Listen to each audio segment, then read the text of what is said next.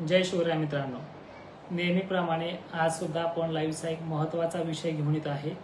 मागील 4 ते 5 दिवसापासून वातावरणाचे जे काही हलके ढग आणि बारीक सूक्ष्म कण जे काही पावसाचे पडतात बऱ्याच ठिकाणी, यामधनं आता लवकरच सुटका होते आहे। या संदर्भात आपण या अगोदरही या बाबतीत बोललेलो आहे।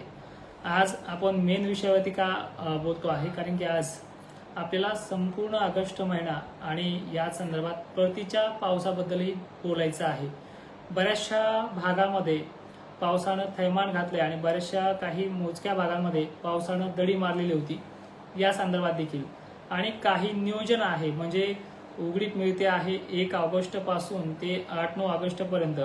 या उघडीप काळामध्ये काय आपल्याला उपाययोजना कराव्या लागतील, कारण की यामध्ये काही ठिकाणी जवळपास 70% भागांमध्ये पुन्हा एकदा गरमीची जी काही लेवल आहे ही चांगल्या पद्धतीने वाढणार आहे। जेणेकरून आता आपण जेव्हा पिकांना पाया घालतो, सारखी असेल इतर कुठली कामं करतो, यावेळेस काय होणार आहे, त्या गवताचा नायनाट देखील होण्यासारखी चांगलं ऊन देखील आपल्याला मिळणार आहे। या काही तारखा आहेत, म्हणजे सविस्तर जे बोलतोय ते लाईव्हच्या माध्यमातून बोलता येतं आणि जे काही शॉर्ट रील आपण फेसबुक आणि इंस्टाग्रामवरती टाकतोय यामध्ये सविस्तर सांगता येत नाही। एका मिनिटामध्ये सगळ्या भागांचा अंदाज तो द्यावा लागतो। जर जे कोणी नवीन असेल फेसबुकवरती आणि कुठे कुठे अंदाज पाहिला देखील कमेंटमध्ये सुचवत चला। आणि जी काही सातत्यानं सांगतो या माहितीबद्दल ती लाईकच्या माध्यमातून तुमचा सपोर्ट देखील दर्शवत राहा। आता उद्यात मेन माहितीकडे बघा, 31 पर्यंत गोंगारण वातावरणाचा जे काही प्रभाव आहे तो तर आहेच। दुपारपर्यंत 4-5 वाजेपर्यंत हा प्रभाव राहील। दुपार नंतर हे वातावरण 4-5च्या पिरियडला मोकळं व्हायला सुरुवात करेल, पूर्व विदर्भापासून मराठवाड्यापासून। आणि हे वातावरण अक्षरशः चांगलं 4-5 वाजता लगे असं क्लिअर झाल्यासारखं वाटेल। पण पुढचे 3 दिवस हाफ डे अशा पद्धतीने वातावरण 12 वाजेपर्यंत 2 वाजेपर्यंत हे ढगाळलेलं होत राहील, कारण की निसर्ग आहे, सिस्टम पूर्णपणे 100% मोकळं व्हायला याला 2 ते 3 दिवस लागतीलच।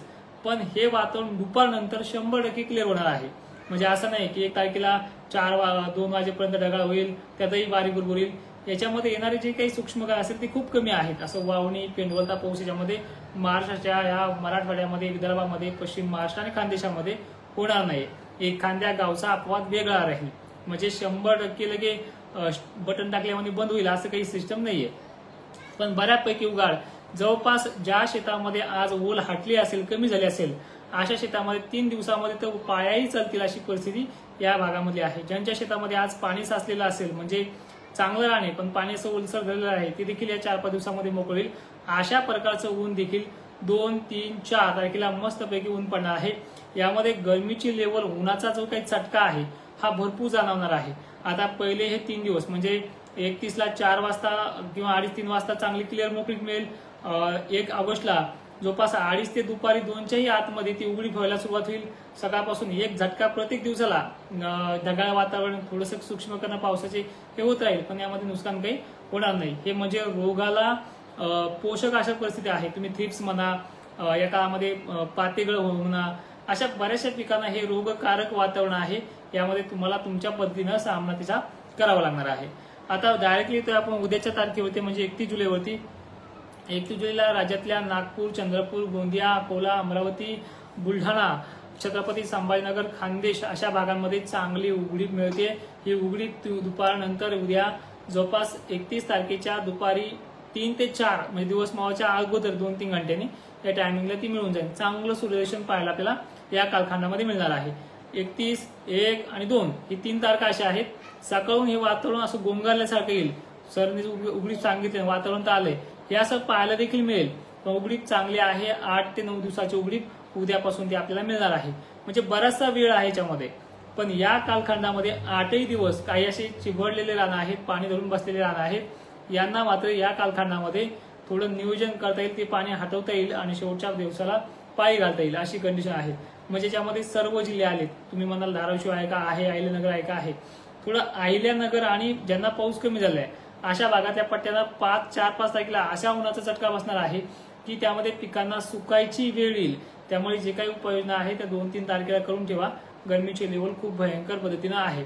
पण याच कालखंडामध्ये गरमीच्या लेवलमुळे पुन्हा एलपी प्रेशर नावाचा, एलपी प्रेशर जो काही अरबी समुद्र असेल, बंगालचा उपसागर असेल, या भागामध्ये देखील ती कंडिशन डेव्हलप होते आहे। आणि ह्या कंडिशनमुळे पुन्हा विजांच्या कडकडाटामध्ये मेघगर्जनेसह 9 ते 10च्या दरम्यान महाराष्ट्राच्या पहिल्या मराठवाडा भागामध्ये पाऊस सर्व जिल्ह्यांना रात्रीच्या वेळेपर्यंत दाखल होणार आहे आणि तो पाऊस सलग 5 ते 6 दिवस राहू शकतो। यामध्ये धुवाधार म्हणा, भाग बदलत म्हणा, हे सगळ्या कंडिशनचा सामना याच्यामध्ये असणार आहे। एकंदरीत हा पाऊस आता रात्रंदिवस लागोपाठ राहील का हे आताच्या घडीला सांगता येणार नाहीये, पण पहिले 2-3 दिवस पाऊस येणं, पडणं मुसळधार, लगेच मागून सूर्यदर्शन होणं, असे प्रकार माझ्या याच्यामध्ये आहे। म्हणजे पाऊस पडला तरी उन्हामुळे थोडंफार त्या पिकांना जास्त काही तारण बसणार नाही, अशी सिस्टम त्याच्यामध्ये डेव्हलप आहे। म्हणजे सूर्यदर्शन पाऊस पडला तरी होत राहील। म्हणजे जसं 24, 25, 26 ला जे काही झालंय यामध्ये पडला काही ठिकाणी कमी, पण सूर्यदर्शन असल्यामुळे पिकांचे जास्त हाल झाले। पाऊस तो 2 दिवस जरी पडला असता 26 जुलैपर्यंत आणि उघडला जरी असता तरी त्या पिकांना हाल झाले नसते, पण असे हाल झाले की पाऊस उघडून सुद्धा, कमी होऊन सुद्धा आजच्या तारखेपर्यंत ढगाळ वातावरण काही हटलं नाहीये। झालं थोडंफार काही 2-3 जिल्ह्याला कमी असतं, पण ढगाळ वातावरणाच्या फळ्या निघतच राहिलेल्या आहे। अशी परिस्थिती आपल्याला ती पाहायला मिळाली आहे। पण या पुढच्या कालखंडामध्ये असं होणार आहे, पाऊस पडणं, ऊन चमकणं, पाऊस पडणं, ऊन चमकणं, हे प्रकार बऱ्याच ठिकाणी घडतील। पण असे काही प्रकार आहे याच्यामध्ये की जवळपास या कालखंडामध्ये सुद्धा काही जिल्ह्यांना उन्हाचं, सूर्यदर्शनाचं प्रमाण देखील कमी राहील, हा अंदाज तुम्हाला देण्याचा प्रयत्न करतोय। आता झाले उघडीप तुम्हाला समजली सर्व जिल्ह्यांची। 1 ऑगस्ट पासून चांगली उघडीप मिळते आणि ती मिळते 8-9 ऑगस्ट पर्यंत। पण उद्याच्या तारखेला सुद्धा उघडीप आहे, उघडीप नाही असं नाहीये। उद्यापासून बराचसा फरक पडेल, पण ढगाळ वातावरण हे 2-3 दिवस, सकाळचा 2-3 तासाचा झटका तो मारणारच आहे, पण त्यामध्ये पाऊस नाहीये। आणि जे काही रेलचेल आहे पावसाची, जे काही सोडलेले भाग आहेत, धुळे वगैरे पट्टा, पुढच्या स्टेपला आता तुम्हाला अजूनही त्याबद्दल सांगतो। त्या पावसाचा अंदाज तर देईलच तुमच्या भागामध्ये, पण तुमच्या भागामध्ये परतीचा पाऊस येईपर्यंत विहिरीला पाण्याची अपेक्षा ठेवू नका, कारण की या पुढच्या टप्प्यामध्ये सुद्धा पाणी धोधो पडणार आहे। पण त्यात पुन्हा काही भाग सोडले तर त्या भागातल्या शेतकऱ्यांना विनाकारण आश्वासित करणं, आशाला लावणं, हे माझ्या दृष्टिकोनातून चुकीचं वाटतंय। जरी असे प्रकार झाले काही भागामध्ये, उदाहरणार्थ शेगाव पट्टा असेल, शिर्डी पट्टा असेल, धुळीचा पट्टा असेल, या भागामध्ये सुद्धा पाण्याचा जो काही जोर असेल, पाण्याची जी काही तीव्रता असेल, त्यामुळे तुमचं 4-8 दिवस पुन्हा देखील। आणि परतीच्या पावसाबद्दलही आता लगेच 2 मिनिटात आपण बोलणार आहोत। आता काय झालंय, काही जिल्ह्यांना, नागपूर वगैरे भागामध्ये जसं सांगितलंय की तुमच्याकडे 31 पर्यंत हलका ते मध्यम पाऊस होत आहे, तसं वाशिमच्या पट्ट्यामध्ये, जळगावच्या पट्ट्यामध्ये तो होत राहिलेला आहे। छत्रपती संभाजीनगरमध्ये, जालन्यामध्येही बऱ्याच ठिकाणी तो होत राहिला आहे। पण मराठवाड्यामध्ये बऱ्याच ठिकाणी, लातूर वगैरे, बीड भागामध्ये उघडीप मिळाली। या उघडीप मिळालेल्या भागालाच पहिला दणका आहे, तो म्हणजे येणाऱ्या 8-9 तारखेच्या कालखंडामध्ये। आता हा उघडीपचा आणि पुढच्या पावसाचा सारांश संपलाय। आता बघा परतीच्या पावसाबद्दल मित्रांनो, परतीच्या पावसाचे संकेत हे जवळपास अजून 8 दिवस समजत नाही, मॉडेलनुसारही कळत नाही। ज्यांनी कोणी अंदाज दिला असेल परतीच्या पावसाबद्दल तो निव्वळ भंपकपणा म्हणूयात आपल्या भाषेमध्ये। आणि विशेषतः सांगून द्यायचं येईल नाही येईल, पुन्हा अपडेट देत राहायचे, हे आपलं तत्व नाहीये। पण परतीच्या पावसाच्या काही हालचाली मात्र मॉडेलनुसार, मॉडेलच्या अभ्यासानुसार त्या लक्षात आलेलं आहे। आणि ती जे काही लाईन्स असतात, मान्सूनच्या परतीच्या काही प्रकार असतात, ते स्पष्टपणे वातावरणामध्ये चिन्ह दिसतात। आणि त्याचं एक्झाम्पल म्हणजे पुढचा येणारा 9 ते 10 अकराचा पाऊस। तुम्हाला त्या चिन्हाबद्दलही बोलतोय। ज्यावेळेस पाऊस लागोपाठ राहतोय, ढगाळलेलं वातावरण सारखं राहतंय, ठीक आहे, झडीचं प्रमाण 3-3, 4-4 दिवस आभाळ उघडत नाही, या मान्सूनच्या आगमनाचा पाऊस राहतो, तो 2 महिने चांगला चालतोय। आणि पुढचा जो काही पाऊस येणार आहे, जसं की 9, 10, 11च्या टायमिंगला, तो पाऊस पडणं आणि ऊन पडणं हे परतीच्या पाऊस येण्या अगोदरचे काही लक्षणं असतात। त्या लक्षणावरती आपण विशेष फोकस करतोय आणि त्याची टायमिंग असू शकते 5 ते 6 दिवसाचा फरक पडेल। 15 सप्टेंबर ही परतीच्या पावसाच्या रिटर्निंगची जी काही तारीख आहे, ती तारीख सुद्धा मागे पुढे 4-5 दिवसांपर्यंत, कारण की लॉंग टर्म अंदाज आहे, तर ही संभाव्य शक्यता असणारी तारीख आहे। त्यामध्ये थोडा जरी 4-5 दिवसाचा बदल झाला त्याबद्दलही आपण स्पष्ट बोलूयात। आता बोलूयात आपल्या ऑगस्ट महिन्याच्या पूर्ण डिटेलबद्दल। ऑगस्ट महिन्याचा पहिला आठवडा जो काय आहे तो शेतकऱ्यांना कामे वगैरे स्पष्टपणे करू देईल।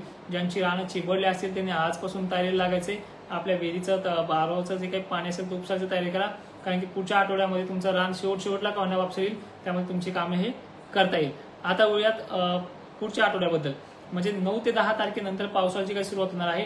त्या पावसाबद्दल, त्या वातावरणाबद्दल जी काही कंडिशन आहे ती कमीत कमी पाऊस आला की 6-7 दिवस आते, म्हणजे तो आठवडा जवळपास भाग बदलत का होईना परिस्थितीनुसार तो पाऊस आपल्या मराठवाडा सुरुवातीला घेत, नंतर विदर्भ, पश्चिम महाराष्ट्रात 2-3 दिवस उशिरा का होईना त्या टायमिंगला तो प्रभाव टाकणार आहे. एका दिवसात संपूर्ण महाराष्ट्र तो व्यापणार नाहीये.